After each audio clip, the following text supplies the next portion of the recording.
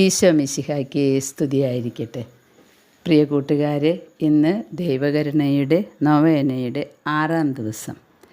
ഇന്ന് കൊച്ചുകുട്ടികളുടെയും ശാന്തതയും എളിമയുമുള്ളവരുടെ ആത്മാക്കളെ സമർപ്പിച്ച് പ്രാർത്ഥിക്കാനാണ് ഈശോ സിസ്റ്റർ ഫൗസ്റ്റീനയ്ക്ക് പറഞ്ഞു കൊടുത്തത്. കർത്താവ് എപ്പോഴും ഫൗസ്റ്റീന അമ്മയെ എൻ്റെ പ്രിയപ്പെട്ട കുഞ്ഞേ, എൻ്റെ ഹൃദയത്തിൻ്റെ ആനന്ദമേ എന്നാണ് പറഞ്ഞ് വിളിക്കാറ്. ഒരു ദിവസം ഈശോ പറയുകയാണ്, മാലാഖമാരുടെ സ്തുതിപ്പുകളേക്കാൾ നിൻ്റെ വാക്കുകൾ എനിക്ക് പ്രിയപ്പെട്ടതും പ്രീതികരവുമാണ്. എൻ്റെ ഹൃദയത്തിലെ എല്ലാ നിക്ഷേപങ്ങളും നിനക്കായി ഇതാ തുറന്നിട്ടിരിക്കുന്നു. നിനക്കും ഈ ലോകത്തിനും ആവശ്യമുള്ളതെല്ലാം ഈ ഹൃദയത്തിൽ നിന്നും എടുത്തുകൊള്ളുക. എന്നിട്ട് ഈശോ പറഞ്ഞു, മനുഷ്യവർഗം അർഹിക്കുന്ന എൻ്റെ നീതിയുടെ ശിക്ഷണങ്ങൾ നിൻ്റെ സ്നേഹത്തെ പ്രതി ഞാൻ പിൻവലിക്കുന്നു. ആയിരക്കണക്കിന് അപൂർണത നിറഞ്ഞ പ്രാർത്ഥനകളേക്കാൾ നിർമ്മല സ്നേഹത്തിൻ്റെ ഒരു പ്രവൃത്തി എന്നെ പ്രീതിപ്പെടുത്തുന്നു. ഈശോ നേരിട്ട് പറഞ്ഞതാണിത്. നിർമ്മല സ്നേഹത്തിൻ്റെ ഒരു പ്രവൃത്തിയാണ് ഈശോയെ പ്രീതിപ്പെടുത്തുക. അല്ലാതെ കുറേയധികം അച്ചടി പ്രാർത്ഥനകൾ ചൊല്ലിയതുകൊണ്ടോ അപൂർണത നിറഞ്ഞ കുറേ പ്രാർത്ഥനകളോ അതൊന്നുമല്ല ഈശോയ്ക്ക് ഇഷ്ടം. നിർമ്മല സ്നേഹം കൊണ്ട് നമ്മളൊരു പ്രവൃത്തി ചെയ്യുന്നുണ്ടെങ്കിൽ, സ്നേഹം കൊണ്ട് ഒരാളുടെ മുഖത്ത് നോക്കി ചിരിക്കുന്നുണ്ടെങ്കിൽ അതിന് വലിയ വില കൽപ്പിക്കുന്നു ഈശോ. കാറ്റഗിസം ഓഫ് കാത്തലിക് ചർച്ചിൽ നമ്മൾ കണ്ടതാണല്ലോ ദണ്ഡവിമോചനങ്ങളെ പറ്റി പറഞ്ഞപ്പോൾ. അന്ത്യവിധിയിൽ സ്നേഹത്തിൻ്റെ തട്ടാണ് കർത്താവ് നോക്കുക, സ്നേഹമാണ് തുലാസിൽ വയ്ക്കുക. ഈശോ ഫൗസ്റ്റീനമ്മയോട് പറഞ്ഞു, നിൻ്റെ സ്നേഹത്തിൻ്റെ ഒരു നെടുവീർപ്പ് മനുഷ്യർ ചെയ്യുന്ന നിരവധിയായ തെറ്റുകൾക്ക് പരിഹാരമായിട്ട് ഞാൻ എടുക്കും. സ്നേഹത്തിൻ്റെ ഒരു പ്രവൃത്തി, ഒരു നെടുവീർപ്പ് പോലും ഈശോ വലിയ വിലയോടെ ഏറ്റെടുക്കുന്നു. സ്നേഹമാണ് വേണ്ടത്, ലോകം മുഴുവൻ വേണ്ടത് സ്നേഹമാണ്. അപ്പോൾ സ്വർഗത്തിലെ പോലെ ഭൂമിയിലും ആകും എന്നാണ് ഈശോ പറയുന്നത്. എവിടെയും പരിശുദ്ധ അമ്മയും ഇത് തന്നെയാണ് സന്ദേശങ്ങളിൽ പറഞ്ഞുകൊണ്ടിരിക്കുന്നത്. എന്നിട്ട് പറയുകയാണ്, നിൻ്റെ ഹൃദയത്തെ നോക്കി ഞാൻ ആനന്ദം കൊള്ളുകയാണ്. നിൻ്റെ ഹൃദയത്തിൽ നിന്ന് വരുന്ന ഓരോ യാചനയും ഞാൻ ശ്രദ്ധയോടെ കേൾക്കും. മിക്കവാറും സമയങ്ങളിൽ നീ ചോദിക്കുന്നതിന് മുമ്പേ ഞാനതിന് ഉത്തരം അരുളും. ചോദിക്കുന്നതിന് മുൻപ് ഉത്തരം കിട്ടണമെങ്കിൽ ആകെ ഒരു കാര്യമേ ചെയ്യണ്ടൂ, എല്ലാവരെയും സ്നേഹിക്കുക, സ്നേഹത്തിൻ്റെ പ്രവൃത്തികൾ ചെയ്യുക. കാരുണ്യപ്രവൃത്തികൾ ചെയ്യുമ്പോൾ പോലും ഞാനിത് ചെയ്തു തീർത്തു, ഇത്ര കാരുണ്യപ്രവൃത്തികൾ ചെയ്യാൻ പറഞ്ഞിട്ടുണ്ട്, ആ മനോഭാവത്തോടെ ആണെങ്കിൽ അതിൻ്റെ വില പോയി.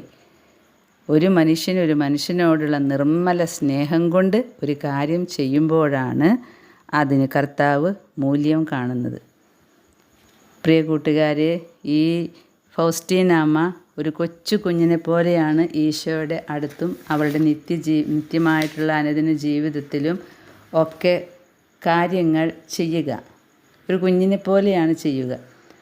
അല്ലാതെ വലിയ വിശുദ്ധയാണ്, ഈശോയെ കാണുന്നവളാണ് എന്ന് വിചാരിച്ച് ആരോടും സംസാരിക്കാതെ സംസാരമൊക്കെ നിർത്തി അങ്ങനെയുള്ളൊരു വ്യക്തിയല്ലായിരുന്നു. നല്ല തമാശക്കാരിയായിരുന്നു. ഒരിക്കൽ ഉല്ലാസത്തിൻ്റെ വേളയിൽ കുളക്കരയിലുള്ള ചില പ്രാണികളെ കൗതുകത്തോടെ നോക്കുകയായിരുന്നു അത്രേ ഫൗസ്റ്റീന. അപ്പോൾ വേറൊരു സിസ്റ്റർ പ്ലാസിഡ അവളെ ഭയപ്പെടുത്താൻ വേണ്ടി ഒരു കല്ലെടുത്ത് വെള്ളത്തിലേക്ക് എറിഞ്ഞു. അപ്പോൾ ചെളി മുഴുവൻ ഫൗസ്റ്റീനയുടെ മുഖത്തും ശിരോവസ്ത്രത്തിലായി. അപ്പോൾ മിസ്ട്രസ് അമ്മ പറഞ്ഞു, പ്ലാസിഡയുടെ ശിരോവസ്ത്രം എടുത്ത് ഫൗസ്റ്റീനയ്ക്ക് കൊടുക്കുക, ഫൗസ്റ്റീനയുടേത് അവളും എടുക്കട്ടെ എന്ന്. അപ്പോൾ ഫൗസ്റ്റീനമ്മ പറഞ്ഞു, സാരമില്ല, പ്ലാസിഡയോട് ക്ഷമിക്കണം എന്ന്. പക്ഷേ മിസ്ട്രസ് അമ്മ സമ്മതിച്ചില്ല. അപ്പോൾ പ്ലാസിഡയോട് ഫൗസ്റ്റീന പറഞ്ഞു, ഈശോയ്ക്ക് വേണ്ടി ഈ സഹനം സ്വീകരിക്കാനായിട്ട് ഞാൻ നിനക്ക് വേണ്ടി പ്രാർത്ഥിക്കാം. ഇത് എത്രമാത്രം നിനക്ക് വേദനയുണ്ടാക്കുന്നുവെന്ന് അവിടത്തേക്ക് അറിയാം. അതുപോലെ സംസാരിച്ചുകൊണ്ടിരിക്കുമ്പോൾ എപ്പോഴും നന്നായി ഒരു വക്കീലിനെ പോലെ സംസാരിക്കും ഫൗസ്റ്റീന എന്നാണ് പറയുന്നത്. അതുകൊണ്ട് കന്യാസ്ത്രീമാർ അവളെ വക്കീലിനാണ് വിളിച്ചിരുന്നത്. അതുപോലെ സംഭാഷണങ്ങളെ ബലപ്പെടുത്താൻ വേണ്ടി ആംഗ്യഭാഷയും ഉപയോഗിക്കും.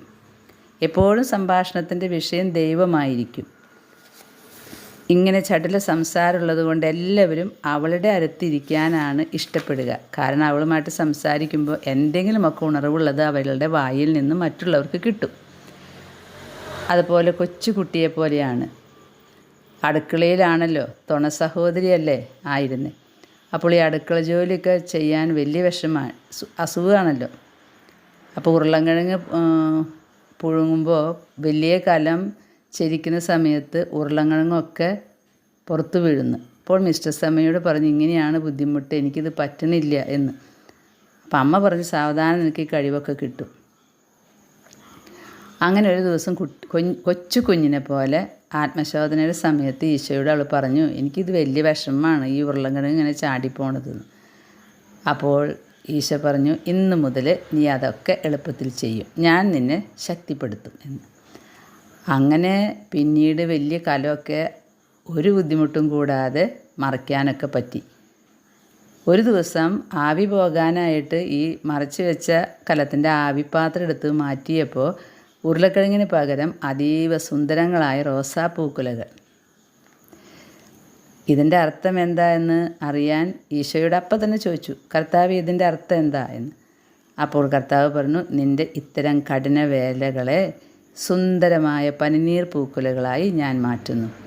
അവയുടെ സൗരഭ്യം എൻ്റെ സിംഹാസനത്തിലേക്ക് ഉയരുന്നു. അപ്പോൾ അനുദിന ജീവിതത്തിലത്തെ അടുക്കളപ്പണി എടുത്ത് മടുക്കുന്നവർക്ക് ഇതൊരു വലിയ ആശ്വാസമാണ്. ചിലപ്പോൾ മറ്റുള്ളവരെടുക്കേണ്ട പണിയും ഒരാൾ തന്നെ എടുക്കേണ്ടി വരും. അപ്പോൾ ഭയങ്കര നിരാശയായിരിക്കും, പണി എടുത്തിട്ടും കഴിയുന്നുമില്ല. ഈ ദിവസം മുതൽ ഫൗസ്റ്റീന മറ്റുള്ളവരുടെ ജോലി കൂടി വാങ്ങി ചെയ്യാൻ തുടങ്ങിയെന്നാണ് പറയുന്നത്. കാരണം പനിനീർ പൂക്കലുകൾ ഇങ്ങനെ സമർപ്പിക്കാമല്ലോ ഈശോയ്ക്ക്. കൊച്ചു കുഞ്ഞിൻ്റെ മനസ്സും പെരുമാറ്റവുമായിരുന്നു സിസ്റ്റർ ഫൗസ്റ്റീനയ്ക്ക്. പ്രിയ സഹോദരങ്ങളെ, നമുക്ക് 6-ാം ദിവസത്തെ പ്രാർത്ഥന ചൊല്ലാം. ഇന്ന് കൊച്ചു കുട്ടികളുടെയും ശാന്തതയും എളിമയുമുള്ളവരുടെയും ആത്മാക്കളെ എൻ്റെ പക്കൽ കൊണ്ടുവന്ന് എൻ്റെ കരുണയിൽ മുക്കിയെടുക്കുക. ഈ ആത്മാക്കളെല്ലാം എൻ്റെ ഹൃദയവുമായി ഏറ്റവും അധികം സാദൃശ്യമുള്ളവരാണ്. എൻ്റെ അതികഠിനമായ വേദനകളിൽ അവരെന്നെ ശക്തിപ്പെടുത്തി. എൻ്റെ ബലിപീഠങ്ങളിൽ ശ്രദ്ധാപൂർവം ശുശ്രൂഷിക്കുന്ന ഭൂമിയിലെ മാലാഖമാരായി ഞാൻ അവരെ കണ്ടു. പ്രസാദവരങ്ങളുടെ സർവ്വസമ്പത്തും അവരുടെ മേൽ വർഷിക്കും. എത്രയും എളിമയുള്ള ആത്മാക്കൾക്കാണ് എൻ്റെ പ്രസാദവരം സ്വീകരിക്കാൻ കഴിവുള്ളത്. എളിമയുള്ള ആത്മാക്കളെ എൻ്റെ വിശ്വാസം കൊണ്ട് അനുഗ്രഹിക്കും. എത്രയും ദയുള്ള യേശുനാഥ, അങ്ങ് തന്നെ കൽപ്പിച്ചു, ഞാൻ ഹൃദയശാന്തതയും എളിമയും ഉള്ളവനാകയാൽ എന്നെ നോക്കി പഠിക്കുവിൻ എന്ന്. അവിടുത്തെ ആർദ്രമായ തിരുഹൃദയത്തിൽ കൊച്ചുകുട്ടികളുടെയും എളിമയും ശാന്തതയും ഉള്ളവരുടെയും ആത്മാക്കളെ സ്വീകരിച്ചാലും ഈ ആത്മാക്കൾ സ്വർഗീയ പിതാവിൻ്റെ ഏറ്റവും പ്രിയപ്പെട്ടവരും സ്വർഗത്തെ മുഴുവൻ ആനന്ദഭരിതരുമാക്കുന്നവരുമാണ്.